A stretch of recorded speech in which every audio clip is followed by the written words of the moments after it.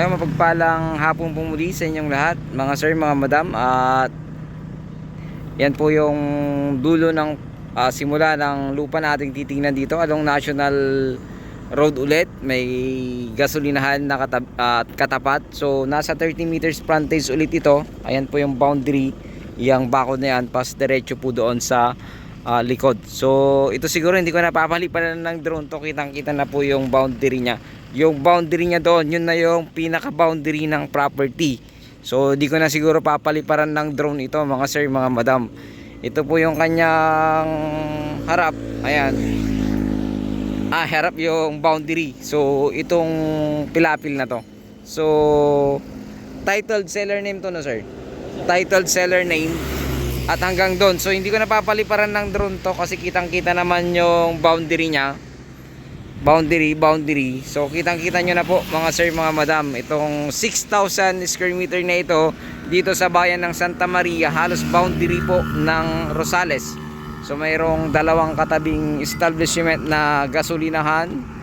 At pwede nyo pong itayo dito warehouse or construction supply, pwede rin po. Or kung gusto nyo ganito na tirahan or residential area na malapit sa highway, pwede po ito. So meron ng kuryente, meron na ring ano rito sa part na ito. So ayun, ulitin ko, 6,000 square meter po ito dito sa bayan ng Santa Maria, Pangasinan. May sukat, may presyo na 3,000 per square meter. So 3,000 per square meter sa CGT. Pag-usapan nyo rin po ng ating seller, kasi yun po ang sabi niya, pag-usapan na lang daw po kasi di siya makapag-decide pa sa 3,000. So 3,000 per square meter, hindi po kasi siya ganong kalalim. Itong kung titingnan nyo, wala po, hindi po siya ganong kalalim dito sa part na ito ng property.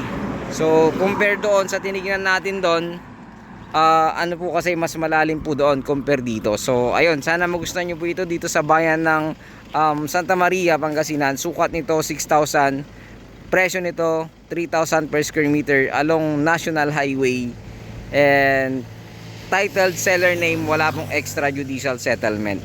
So pakitawagan nyo lamang po ako, ang inyong Nico DJ Joel. Kung ito po ang inyong magustuhan, ay nandyan po ang aking numero at nandyan na rin po ang aking Facebook account. Ayun, muli, maraming salamat. God bless you all.